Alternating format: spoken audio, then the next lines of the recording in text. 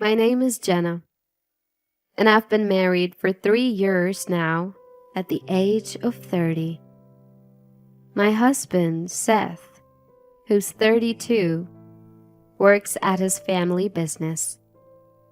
His family owns a wholesale liquor company where his father is the president and Seth serves as the director. Ever since we got married, I've been working there as well as an office clerk. My mother-in-law has never involved herself with the family business, having been a stay-at-home mom for the longest time. And when I say stay-at-home, she used to employ a housekeeper, so she never really had to lift a finger.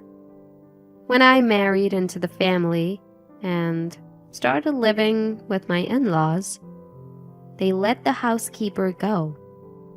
Why would we need a housekeeper when we've got a daughter-in-law? My mother-in-law remarked, and both my father-in-law and husband seemed to agree with her. It seems my father-in-law, who has taken into his wife's family, has never been able to stand up to his wife.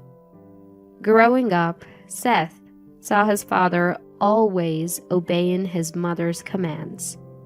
It's as if he believes that obeying every word is the natural order of things. Even when we visited for the first time before we got married, it was evident that she was the one who ruled the house. Since becoming a part of this family, I've been burdened with both housework and office work. The alcohol wholesale business has been in a tight spot lately, and we can't afford to hire more staff, so I've been lending a hand. They had to let the housekeeper go because the money to pay her was running out.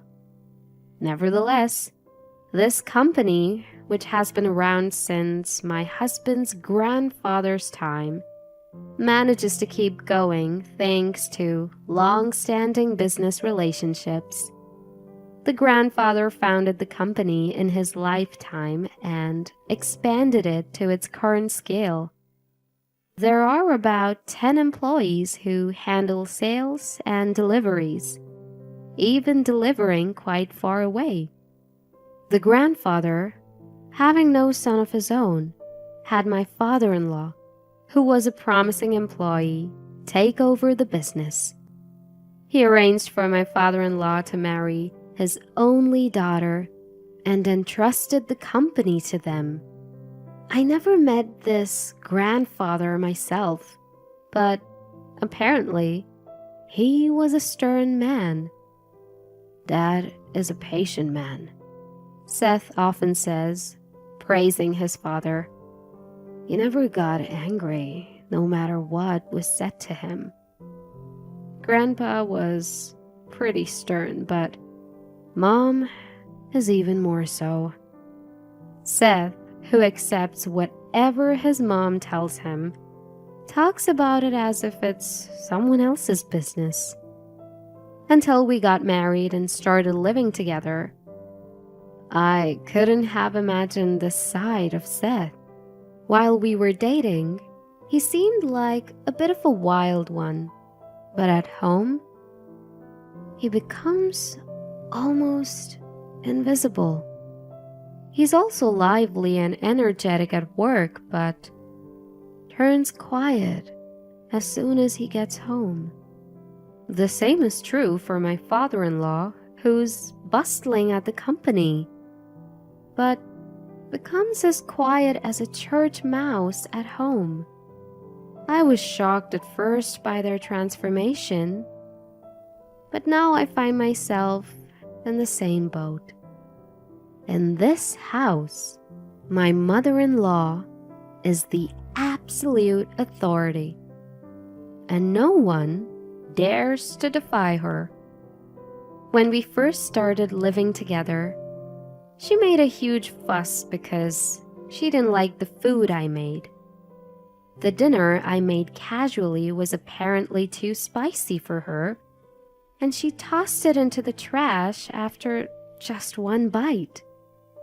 In a panic, I quickly apologized. "I'm sorry, was it too spicy?"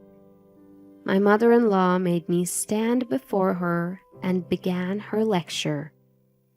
"Are you trying to make me sick by making me eat something this spicy?" I was petrified by the sight of my mother-in-law's face, which looked like a demon. Seth and my father-in-law stopped eating their meals and sat rigidly, their eyes cast downwards. When I cast a fleeting glance at them for help, I saw Seth's face, even paler than mine. When I looked at my father-in-law, he too had a pale face, just like Seth. From their expressions, I could imagine how terrifying my mother-in-law's lectures were. After enduring more than 30 minutes of my mother-in-law's sermon, I had forgotten why she was angry in the first place. Even my angry mother-in-law seemed to have gotten hungry and ended up eating the meals I made. Seth and my father-in-law have always lived with my mother-in-law, so they have learned to live quietly at home. That's when I started to regret marrying into such a formidable family. When my mother-in-law was a young adult, her father's company was at its peak. An employee who had just been working for the company for a long time spoke nostalgically about it when he was retiring. Apparently, they had more than double the number of employees they have now, and their sales were incomparably higher. My mother-in-law had experienced this prosperous era and finds it hard to lower her standard of living. That's probably why she used to hire a housekeeper and never did any household chores herself. My mother-in-law loves shopping and often goes out, bringing back loads of things. I don't know how much money she spends, but given the company's current performance, it's starting to worry me. Seth and my father-in-law don't say anything about her shopping, so I keep my mouth shut too. If I made an ill-considered comment, I might get a lecture that lasts longer than 30 minutes. Before I knew it, I had started to think like Seth and my father-in-law. For about a year after our marriage, I was fully occupied trying to get used to the lifestyle in my husband's family and the work at the company. By the time 2 years had passed, I was facing a bigger problem. We were unable to have a child. Particularly, in my mother-in-law's mind, was her experience of not having a son in her father's generation and having to take in a son-in-law. She worries that the same thing should not happen in Seth's generation.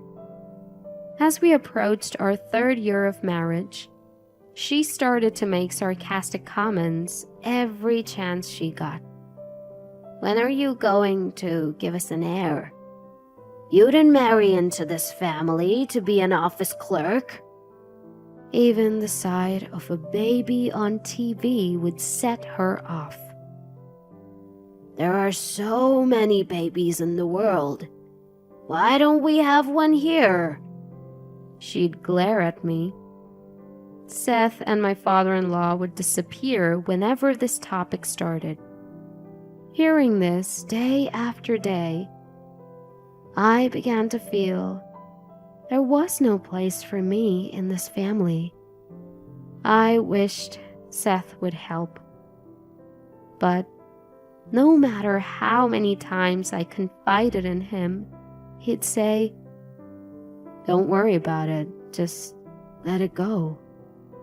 As if he didn't want to be involved. At the same time, the company situation was deteriorating. My father-in-law's company, with its old-fashioned business style, was unable to get work from trendy eateries and the like. My mother-in-law seemed to sense this, even though Seth and my father-in-law didn't talk about it with her. Still, she couldn't stop her favorite activity, shopping, and brought home all sorts of things. Whether she was angry at herself, I don't know, but she'd come home from shopping in a bad mood. Then her anger would be directed at me. "It's Jenna's fault for not producing an heir. That's why I end up buying unnecessary things." My mother-in-law, who blamed me for incomprehensible reasons, seemed to pin all the blame on me. Perhaps because of her daily grumbles, my health started to fail. I asked Seth and my father-in-law to let me take a break from work and got tested at the hospital. Seth seemed hopeful that I might be pregnant, but it was due to stress. It would be best to rest a little in a relaxing environment, but there was no relaxing environment for me at present, nor could I afford to rest. Knowing it was impossible, I explained the situation to Seth and my in-laws when I got home. The doctor said it would be better if I could rest a little, but it's okay. Surprisingly, my mother-in-law said, "You should go back to your parents' house and rest for a while." She even told my father-in-law, "We can manage, right? It seems like we're not so busy right now." It seemed like she was urging them to let me take a break from work. My father-in-law, surprised by my mother-in-law's words, replied, "We can cover for you. It's okay," with a relieved look on his face. I was shocked by my mother-in-law's unexpected words. At this time, I thought she might actually be a kind person. But that was a big mistake. She was just a person with a bad temper after all. The next day, I went back to my parents' house right away to rest. When I told them on the phone that I was coming back, they seemed very worried. When my mother saw me in person, she said, "You look pale and thin. Haven't you lost weight?" she asked with a voice on the verge of tears. "First, take some rest and recover." My father also welcomed me. He seemed to understand everything from my expression. He must have understood that things weren't going well with my in-laws because stress was the cause. I felt bad for worrying my parents by coming back home. My health improved quickly after I returned to my parents' house. Clearly, the environment of my in-laws' house was the cause of stress. About a week after I arrived at my parents' house, my in-laws suddenly showed up. I could understand if my husband Seth showed up, but I never thought my in-laws would come to my parents' house. My mother-in-law suddenly started yelling as soon as she arrived. "We're returning this good-for-nothing daughter-in-law who can't even bear an heir. It's up to the parents to take responsibility. Even my mother, who met her at the door, was too surprised to respond. My father rushed to the entrance and challenged her. I can't let it go if you call my daughter a failure. What do you mean? My mother-in-law fought back when my father immediately rebutted her. 3 years into marriage and still no baby. What's more, she is weak and can't work. My mother, finally regaining her composure, counterattacked. Isn't Seth also responsible for not having a child? My mother-in-law dismissed her with a snort, making baseless excuses. There's nothing wrong with Seth. The problem lies with your daughter. My father, maintaining his composure against my mother-in-law's unreasonable remarks, said, If you insist on that, we'll take our daughter back. Are you fine with Jenna leaving? I, who didn't want to face my mother-in-law, was watching the situation from a place where they couldn't see me. My father glanced at me for confirmation. The image of Seth flashed in my mind, but I nodded. Seth hasn't visited me once since I came back home, and he can't stand up against his mother's remarks. There's a limit to calling someone a failure or trying to return them like some defective product. From now on, we'll have no relation with you. Please remember that. My father responded very politely. My father-in-law, hiding behind my mother-in-law, seemed like he wanted to say something. However, my mother-in-law cut him off. We'll send the failure of a daughter-in-law's luggage later. We'll hire a divorce lawyer too. With that, my in-laws, who glared at my parents, left. Why didn't you say something more to such rude remarks? My mother, this time, turned on my father. Calming her down, he said, There's no use talking to that woman. Don't worry.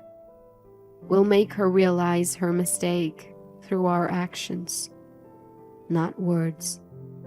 My mother, not understanding what my father meant, was still furious. I, however, understood immediately. My father-in-law also knew, which is why he tried to say something. My father runs a restaurant chain and has a business relationship with my father-in-law's company. As someone who used to work in administration, I knew this. In fact, it was my father who introduced me to Seth. He had been doing business with my father-in-law's company since the time my grandfather-in-law was the president. My father's company, which started from a single store and struggled at first, received help from my grandfather-in-law. To this day, with a significantly larger number of stores, he procures all the alcohol and beverages from my father-in-law's company. To be honest, it seems cheaper to source from elsewhere, but they continue trading out of gratitude to my grandfather-in-law. Given that my father's company also runs an affiliated pub, it's a big account for my father-in-law's company.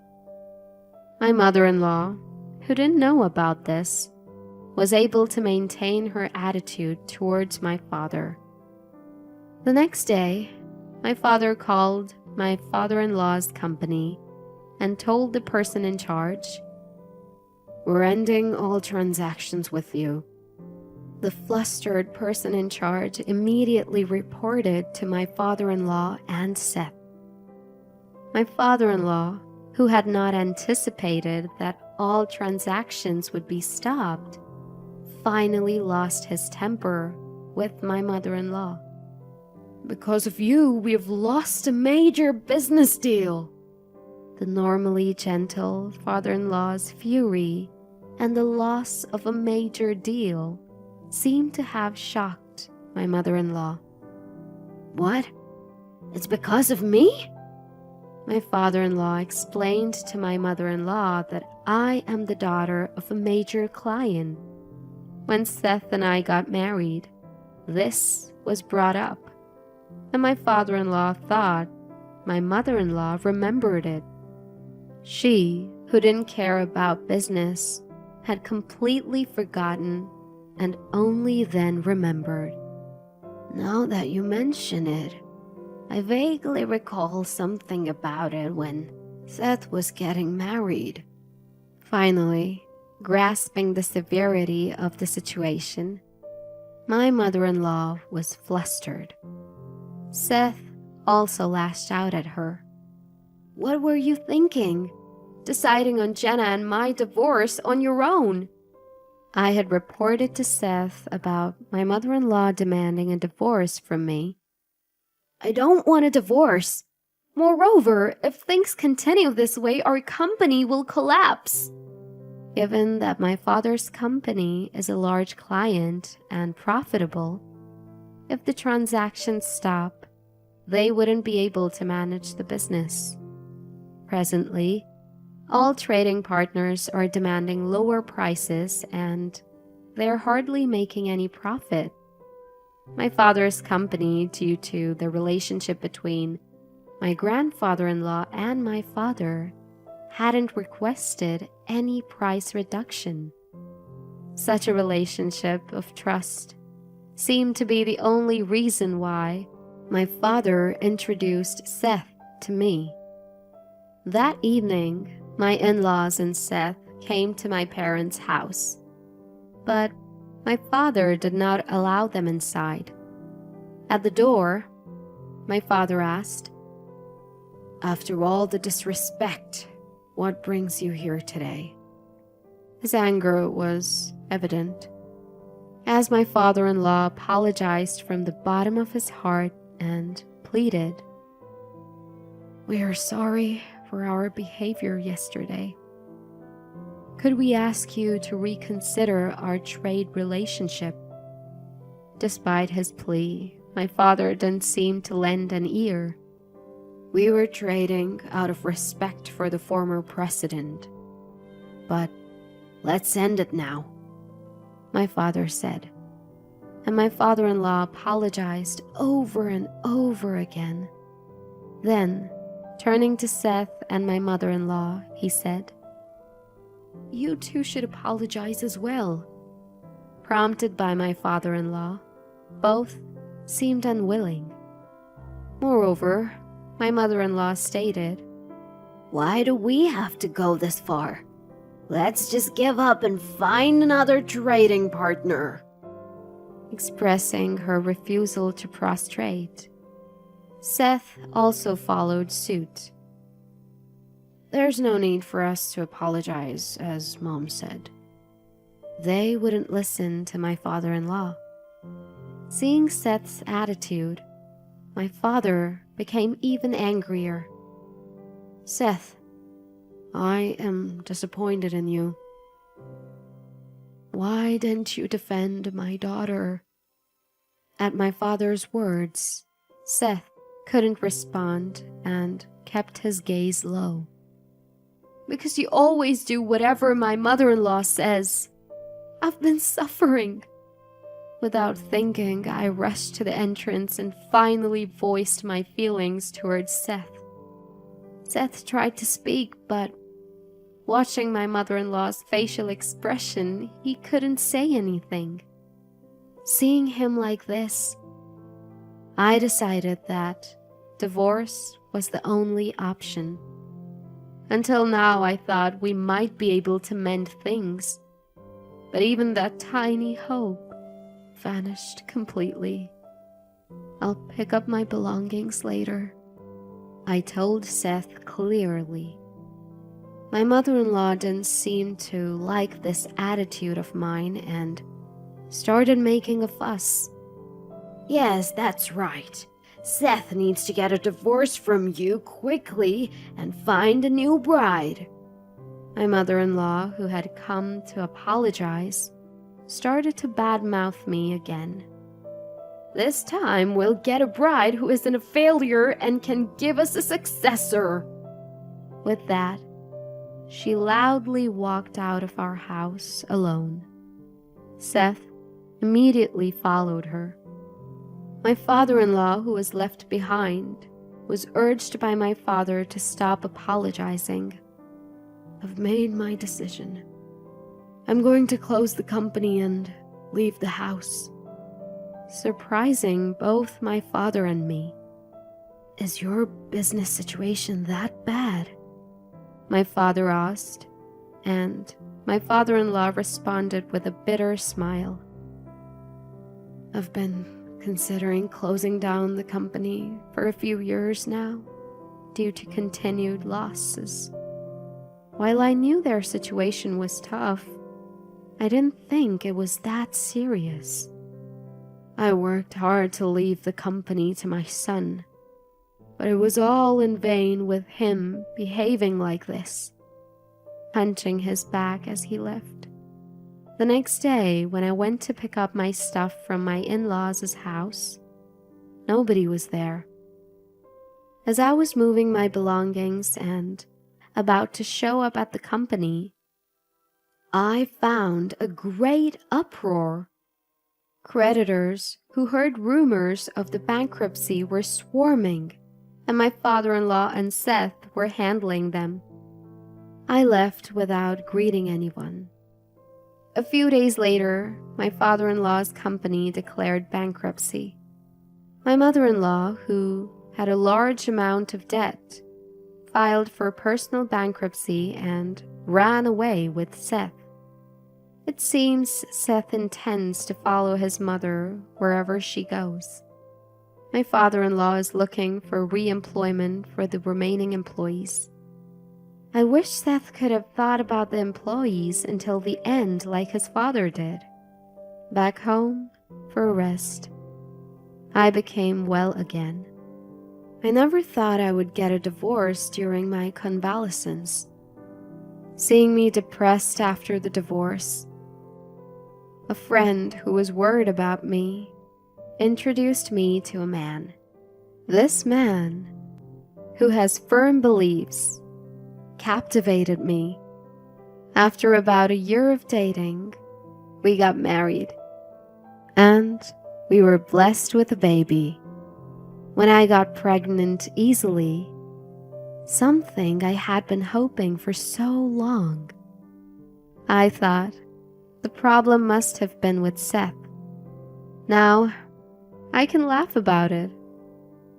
But at the same time, I was so troubled that it affected my health.